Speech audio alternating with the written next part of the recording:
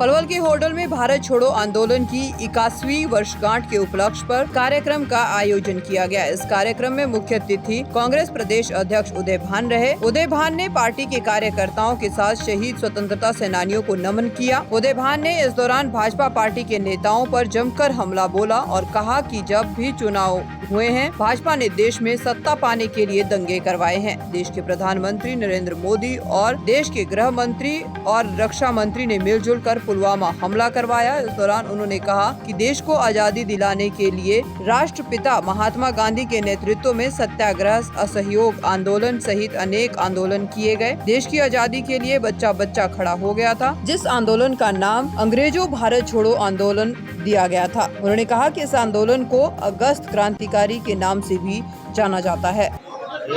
आज जैसे पता है सारे राष्ट्र 9 अगस्त 1942 को राष्ट्रपिता महात्मा गांधी ने जो आह्वान किया था अंग्रेजों भारत छोड़ो, क्विट इंडिया, उसकी यादगार में सभी उन महान शहीदों को श्रद्धांजलि देने के लिए उनके व्यक्तित्व को, उनके कृतित्व को, उनके योगदान को, आज़ादी के लिए योगदान को याद किया जाता है और उस पर व्यापक विचार विमर्श किया जाता है। जगह जगह सारे आज देश में, दुनिया में सब जगह कार्यक्रम चल रहे हैं।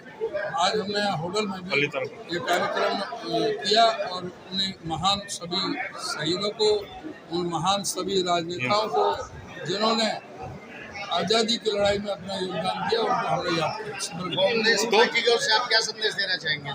कांग्रेस पार्टी को तो यही संदेश है कि हम सबको मिलकर के अपने महान नेताओं को याद रखते हुए देश में प्रेम का, भाईचारे का, जो कांग्रेस का जो मंत्र है, जो सभी जाति, धर्म, वर्ग और संप्रदाय से ऊपर उठ करके सबको साथ में लेकर के चलने का जो काम कांग्रेस पार्टी करती रही है, जो हमारा जो संविधान है उसकी सुरक्षा के लिए, जो हमारे संविधान में जो मूल सिद्धांत है, जो मूल जो संविधान में जो अवधारणा व्यक्त की गई है, उसको संरक्षित करने के लिए हम सब मिलकर के काम करते हैं।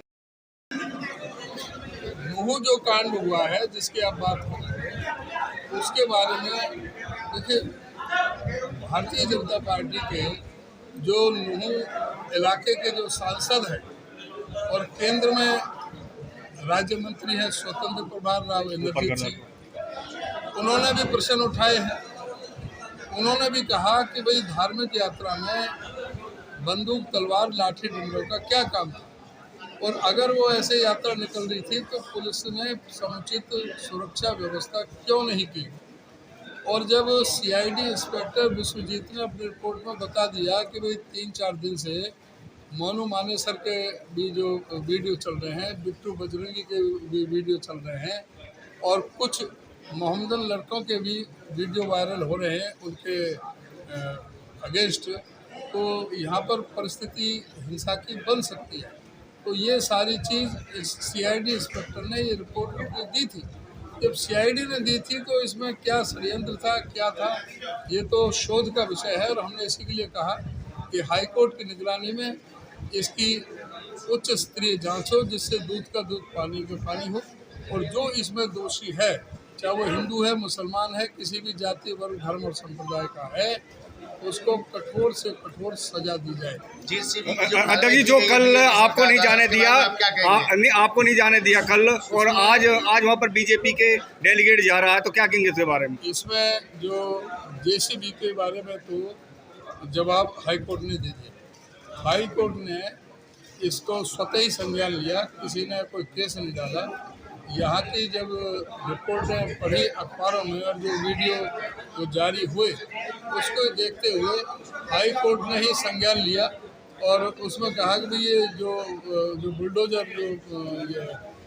जो सिस्टम है, ये एकदम तुरंत रुकना चाहिए और पहले चिन्हित किया जाना चाहिए कि कौन इसके लिए दोषी है और कौन दोषी नहीं है।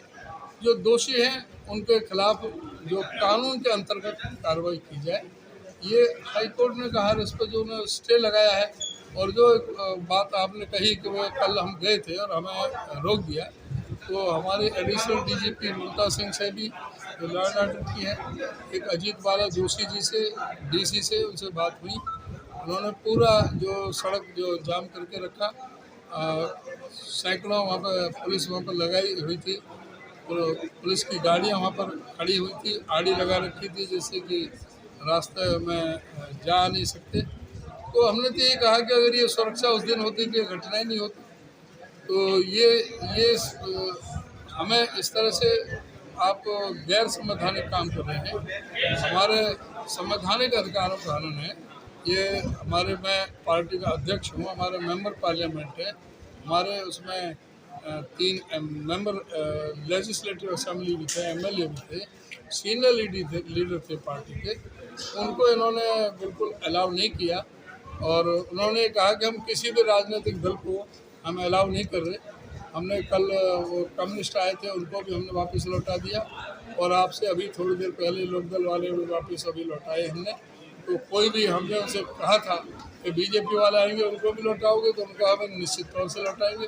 अब उनकी करनी में कितना है वो आज पता लग जाएगा। दैनिक सवेरा के लिए पलवल से गुरदत्त गर्ग की रिपोर्ट।